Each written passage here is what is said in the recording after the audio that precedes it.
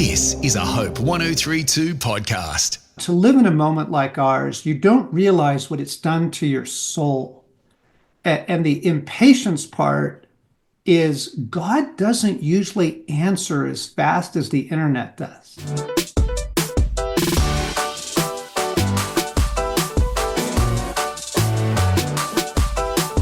Hello, welcome to Undistracted. I'm your host, Laura Bennett, and this is the podcast where we learn from our guests how to be better at building our lives with intention around our passions, our purpose, and deal with some of the stuff that gets in the way of that.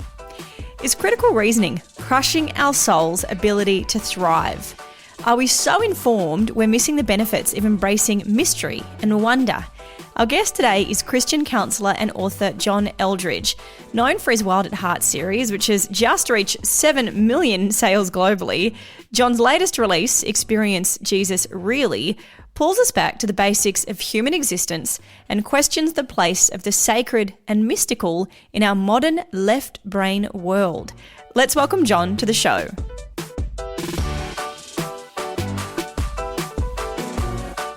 Are we not already experiencing him now? Well, I've been a Christian therapist for more than 30 years. I've sat with a lot of people. And I think most folks, I think they're disappointed with the lack of maybe intimacy, maybe not hearing him as much as they would like. And I think especially at the level of he heals the brokenhearted, like yearning for a little bit more of healing and wellness from him, wholeheartedness. Yeah, it's why I wrote the book. I think we've all gotten a little distracted by modern life and the pace of things that we've lost the ability to just enjoy his presence. And you call us disciples of the internet. What is it teaching us? Yeah. Well, one, distraction. And actually the neuroscience has showing us it's literally changing the structure of our brain to make us more fragmented. And this is why you have a hard time keeping your thoughts and following a book. You know, it's easier to just kind of swipe through your phone or scroll So the discipleship to the internet has made our souls very impatient. Because when you look up an answer to something, you get answered in 1 second with like 3 million answers. And our spiritual parents, our spiritual forebears would have been appalled at this because learning to wait upon the Lord, learning to sit with him, it is absolutely essential. For one thing, it's just good for your soul not to be in a hurry, right?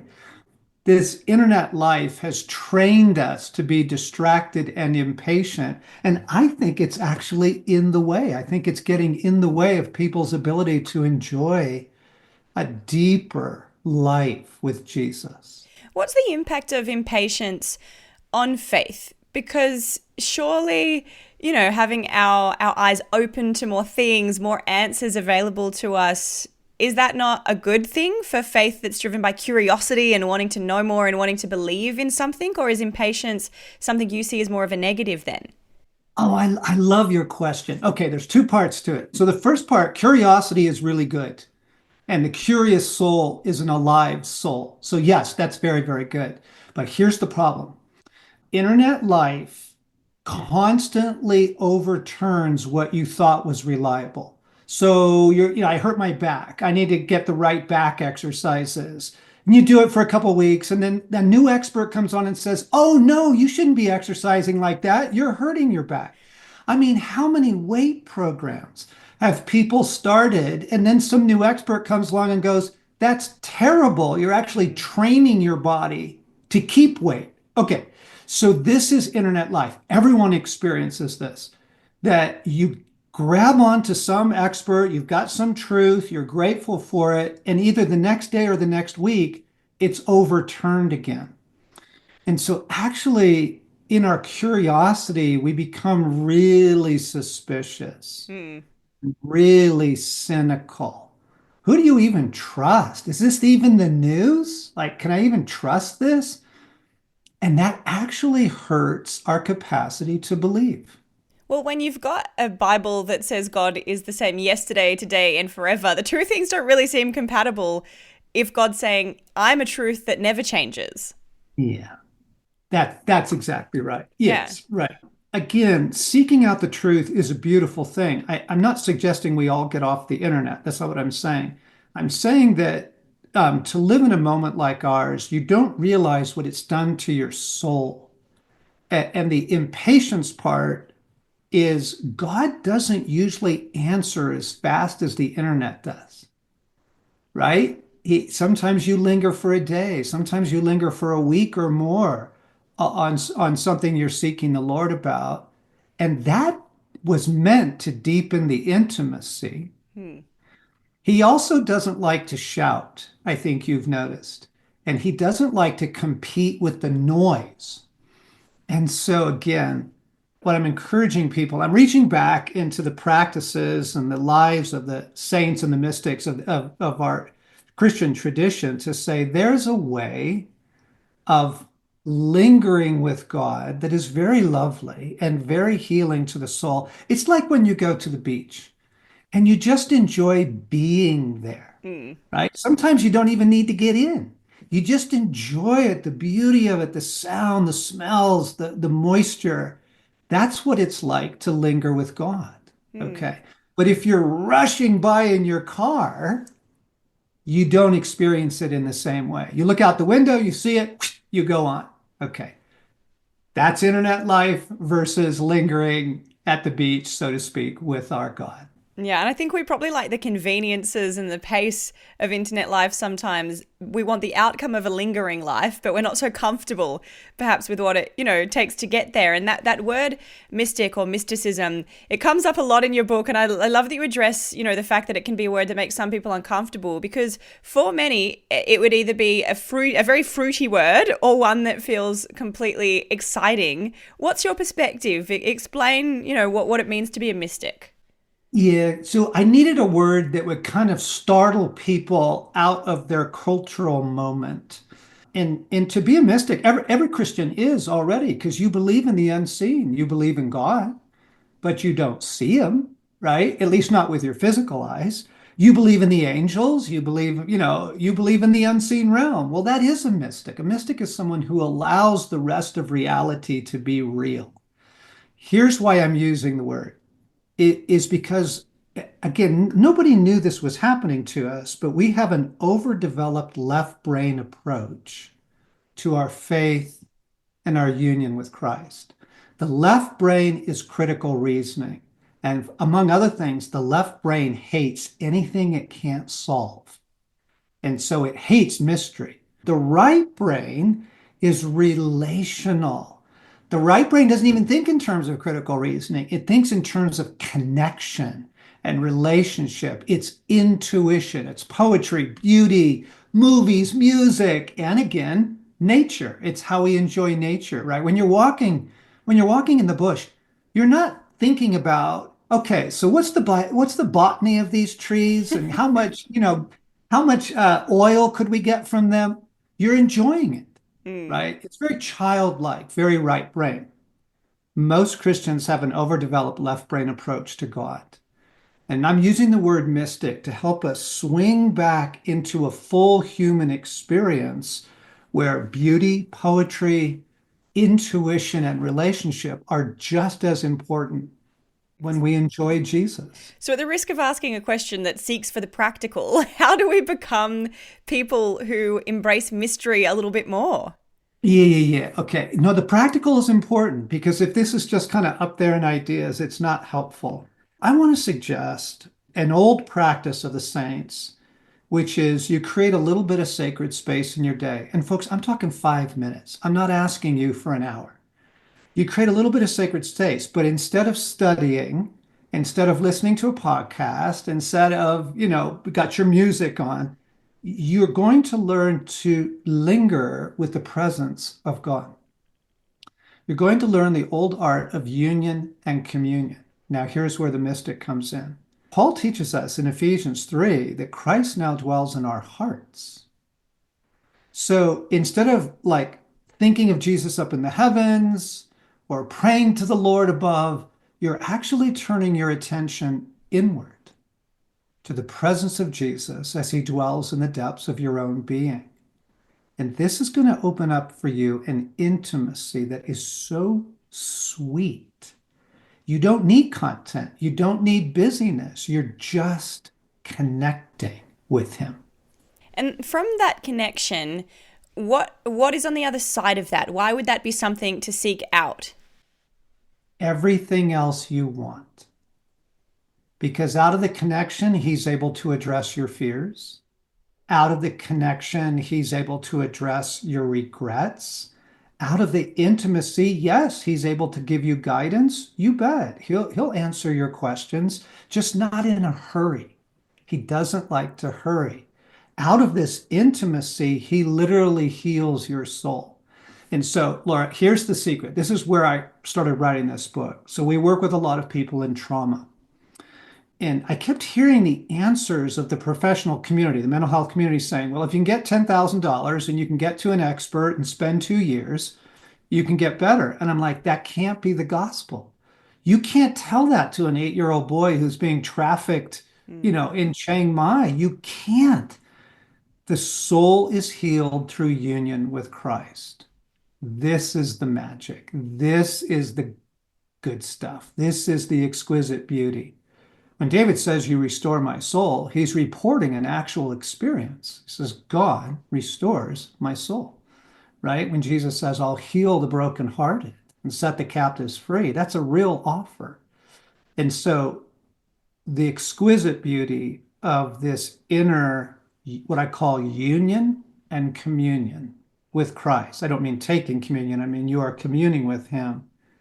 He is able to access your hurts, your trauma, places your soul is not well, and the soul is healed through union with him. And I'm curious that you would, as someone who has been a counselor and this is what you do, for me, that's something obviously that leans on mental health frameworks and psychology and all of those things that are very much grounded in research and science and studies of the human mind, etc. To then say, let's bring Jesus into that. I'm sure there's some people that listen that think the two would be at odds, that you would be bringing something that is spiritual alongside something that it is, scientific and that kind of study based. You clearly don't see those two things as opposing. Not at all. For one thing, God has been healing human souls for thousands of years, quite apart from the latest neuroscience. Okay, he's not limited to these things. Now, he will use them, and I believe in these professional resources. I continually refer people to them. But again, our Creator knows us better than anyone else. And because he sits out of time, he's actually able to access any part of your story. And so when you are, and see, what's beautiful is the neuroscience is showing this. So when you sit across from someone else and you have eye-to-eye contact and they listen with compassion, it literally heals your brain. Okay. Doug Siegel and all his stuff online is showing this. Well, when you sit with Jesus and you experience his compassion, the same thing happens. Okay. And it didn't cost you $5,000. But there's more. There's more. Because what the neuroscience is showing us for a while now is that trauma fragments the soul. Trauma fragments. And you get stuck at an age, like an age 8 or something like that. Or your brain stops talking to itself. The hemispheres don't talk to each other. Trauma fragments. We know this. Well, Isaiah 61 speaks of the healing of the brokenhearted. And if you look at the Hebrew, it's literal. It's not poetry. Leb Shabbat. It is the shattered heart. And so Jesus is saying, I know how to do this. I know how to put your heart back together. And frankly, like much of the parts work, like with the IFS system, internal family systems, they simply help people identify, right, and manage the parts. Jesus wants wholeheartedness. He wants to get in there and put you back together as a wholehearted human being. Yeah, I think Jesus loves being invited into the process. Bring him in. What do you think the signs of healing are? If you're somebody Mm, who, whether it's you've experienced a level of trauma or you are just in the burnout and exhaustion of our modern mm, world, needing a little bit of a remedy to that, what are the mm, signs our lives are beginning to be healed ones? First, a growing sense of peace and rest, right? One in every two young adults reports anxiety. You're going to begin to experience more peace and rest, okay? But there's so much more. My wife had a very traumatizing event when she was 10 years old. Last year, Jesus took us back to her childhood home, which is hours and hours away. And as we sat outside her childhood home, she was able to access it. And then we were able to invite Jesus in. And there was literally a 10-year-old part of her that was fragmented. This is, and all the science will show this from the rest of her. What Christ is able to do is reintegrate your personality. He collects the 10-year-old, brings her into Stacy's heart. And since then, you said, what's the fruit? Oh my goodness. My wife is more joyful. She's more creative. She's more confident than I've seen her in years. It's just delightful to watch. Yeah, that's kind of cool. And cool that it can happen at different stages of life, right? Like there's no expiry on healing by the sounds of it. Exactly. Right. Yes. God will continue to restore your soul until you're with him. So, on the flip side of the what does healing look like question, what would some of the indicators be that maybe you do need a little bit of extra help here, that perhaps your soul isn't peaceful, isn't joyful? Yeah. Yeah. Jesus said, you'll know them by their fruit. For me, it was impatience with people. People cutting me off on the road would started listening like a really strong reaction. And then you get the flinch when someone texts you and they ask for help. Hey, could I get a phone call with you? And part of you just goes, I can't handle it. I don't have room for it. You start feeling like you are just empty. Hmm. Just don't ask me for one more thing. That would be one of the symptoms. Obviously, the anxiety, fear, inability to sleep at night. Your soul is going to tell you when it's not doing well. The compulsion to eat, the compulsion to watch Netflix for 5 hours. Your soul will tell you, I'm not well. If we'll pay attention to it rather than just trying to medicate, I think that Jesus will lead us into wellness. It's a very nice way to look at things, I think. And I wonder though if there's people that will wrestle with embracing the mystery, yes, and that side of our mind that wants really set answers and wants to be able to Google something and find it. Are you kind of suggesting that we need to like shut down that desire to know the answer? You know, like the person that's going to criticize the Christian belief is going to say that you're ridiculous for believing in something that you can't see, for simply trusting, etc. So if Yeah. they're saying that if their criticism would be that we too easily shut down that want for answers, how do those two things coexist? You know, a sort of reasonable sense of things as well as embracing the mystery. You have two hemispheres. I'm simply suggesting you be a whole human being. I'm not telling you to get rid of the left brain. I'm telling you to tell the left side of your brain to put the gun down. Okay? It just wants to kill anything it can't control. But the fascinating thing is when you start thinking about the things that you enjoy in your life, dinner with friends, laughing at a fun movie, going on trips, those actually tend to be very right brain things. You're not analyzing your joy while you're having it. You're just joyful, right? You're just happy. Okay. And then, frankly, the people that overanalyze their happiness quickly lose it. So I'm just saying God made us to be a fully orbed human being. Mm. And another way of looking at it is head and heart, head and heart. That Pascal, the brilliant, philosopher and mathematician, Blaise Pascal, he said the heart has its reasons that reason knows not of. Right? When you fall in love, you don't fall in love because you made a pro and con list, right? You fall in love because you fall in love.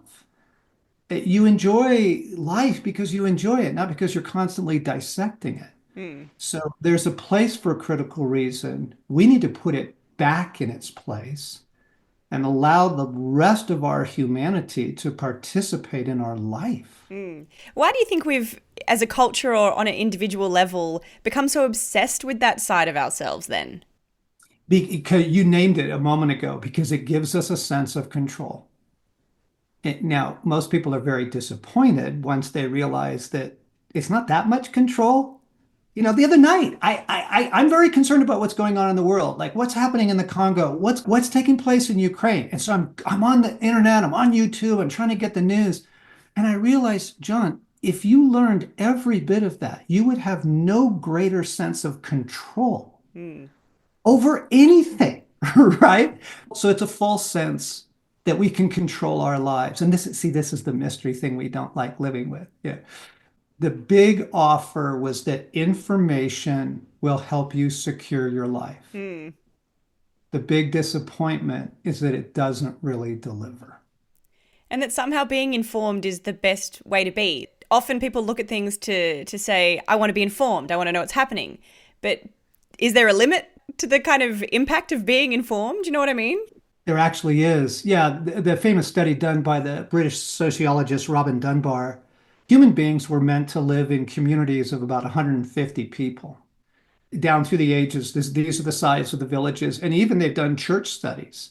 And the healthiest size of a church is between 150 and 200 people, because that's it. That's your max. You can't know about any more people, heartache, loss, grief, joy, celebration. So when we open our soul to the entire world, this is the big lie. To be a responsible human being is to know everything that's going on. Your soul is literally not wired for that. Mm. And when the wildfires were ripping through Australia, I was just devastated. I was devastated by the loss of animal life. Mm. The soul was not meant to know the heartache of every single community on the planet. That I know it feels like responsibility, but it's overwhelmed. And this is like, if you want to help teenage girls, for example, overcome their anxiety, you make their world smaller. They need to come back into a reasonably sized world. Get offline. Hang out with your actual friends, right? Be with real people. Make your world smaller. Focus on your studies. Go to your games, and that heals the human soul. So this idea of, information's everything. Information is overwhelming. The Yeah. world did not share an anxiety disorder until the last 30 years. Yeah, and there's certainly some signs as to what's brought us to that point for sure. I feel like the internet definitely has a big part to play. But overarching this entire conversation, and of course your book on experiencing Jesus, really is the sense that a lot of the remedy, the refuge, the safe place to some of these things is that communion with God that we've spoken about. So with that in mind, it might be an odd way to frame it, but are we underutilizing the power of God in our lives then if we're far from that communion that you speak about? By about 1,000%. Yes, we are. Because, for example, Psalm 91, you were talking about the refuge of the Most High. These people are reporting an existential, ontological experience with the living God that for them was safety or consolation or joy, or David says crazy things in the Psalms like, your love is better than life. Well, he's either delusional or he has encountered something he's trying to tell the rest of us about. So if we're not experiencing it, it's because we are underutilizing what is available to us through intimacy with our Maker and with Jesus. What are some of the things the power of God could do in our life? I mean, maybe you've touched on some of these with the joy and the peace, but if we were to experience the fullness of the power of God in our lives, what do you think that would look like in contrast to what our lives look like now? Yeah, this is the gold here in terms of human relations. You will have a greater capacity to love. You'll have a greater capacity to forgive people. to overlook irritating offenses. You could, because if you're empty or running on fumes, right, it's really hard to be kind to people. But if you are well and you are receiving a supernatural sustenance, you're going to be a much more loving person, a much more gracious and forgiving person. And then think what that would do in marriages and in churches and communities and offices. Like, wow, that would really transform human relations. So I feel like your book is going to be one that people buy and then go, hey, you need to read this. I'm just going to put this on your bedside table. Exactly. If you could be more loving, I'd really like that. Yes. Yeah. Yeah. When I'm doing marriage counseling, I tell couples, I said the most loving thing you could ever do for your spouse in your marriage is to have an intimate relationship with God. Are there particular rhythms that you think support a life of communion with God then? Like in your own life even, what are some of the rhythms that you've embraced to go in this direction? Yeah. And again, if you read, and it's not just the saints, it's fascinating. If you read the geniuses down through history, like people who made remarkable discoveries, really big breakthroughs, they all shared the same sort of rhythm or cadence to their life. In our modern moment, let me give you a couple of things. One, do not take your phone to bed. Do not take, you shouldn't be scrolling right before bedtime. One, it messes up your sleep rhythms, but also you need a sacred space at the end of your day. 30 minutes at least before bedtime, turn off all your technology and just listen to music. Sit on the front porch, walk the dog, like be a human being, okay? Same thing with the morning. When you wake up in the morning, you've left your phone out in the kitchen, do not pick it up. First thing, you make your cup of coffee, you stand at the window, you say your prayers. You're allowing a sacred cadence to your life that gets you out of the flurry of internet life and fast pace. And because as soon as you pick up that phone, here's the Mayday email, here's your boss that's angry, here's your friend that's called you. So yeah, you do need to build a life that allows you to enjoy intimacy with God. That requires a little bit of sacred space. A little bit of discipline too, that maybe some of us will find harder than others. But I wonder as well, John, for people who are living more in the mystery, who are choosing a life that's a little bit more in that side, when you're that person who then engages with people outside of a faith environment, with the general community, the quote unquote world, as we might call them, how do you engage with a community that doesn't necessarily understand your faith, but also hold that faith without seeming like you're from a total other planet? Like I imagine if we lean into the mystery a little bit more, we might seem a little bit strange to some people. So how do you connect to the community that your faith is meant to influence without them kind of shoving you to the side? Yes, yeah, absolutely. First off, you don't lead with your faith, you lead with your presence. If you're the kind of person that people enjoy being around, right? If you're exuding just some of the joyfulness, the kindness, the empathy, the wisdom that comes from hanging out with Jesus, people are going to go, hey, I just really enjoy you. Like everybody else in the office is freaking out. How come you have so much peace? So yeah, we lead from our experience of God by bringing the fruits of it into those non-believing contexts there. But here's the other thing that's going on, Laura. We are living at a point right now. The world has burned out from the Enlightenment, and it's burning out quick from internet life and spirituality, wonder, mindfulness, all this. This is breaking out everywhere. And it's not just breaking out in the Christian faith, it's breaking out in all sorts of other experiences. People are using ayahuasca and all this.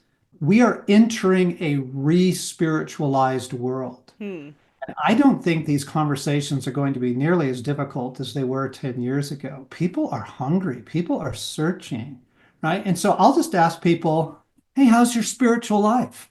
I want to ask them, how's your Christian life? I'll just say, hey, how's your spiritual life? They go, wait, what? Well, yeah, you're a spiritual being. How are you? How's your health? How are you tapping into that?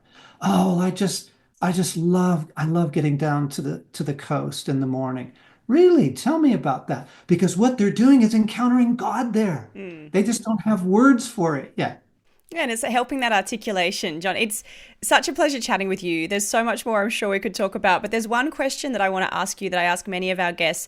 This podcast is called Undistracted. You know, we talk about how you can live in line with your passion, your purpose, and deal with some of the things that get in the way of that. If you were to live, you know, an undistracted life in pursuit of those things for you, what do you think that would look like? Let me give you one treasure. I call it benevolent detachment. It is learning to let things go. Honestly, I can get spun up by about 10 a.m. Okay. And then I'm distracted and I'm not my best, right? I need to learn to let things go. Had a difficult, encounter with some people last night at dinner. I really wanted to call them back this morning. And then I just realized, let it go. Let it go, John. Just let it go. Don't even give mental energy to that right now. Learning benevolent detachment. And we built a whole app around this called the 1 Minute Pause, teaching people to pause and let it go. Has revolutionized, 500,000 people's lives now in the downloads. That's for me the secret, because then I've got bandwidth. I have mental margin. I have creative margin because I'm just not carrying everything. Let it go. Yeah, it's great advice. Thank you so much for your time today. I really appreciate it. Yeah, Laura, this has been delightful.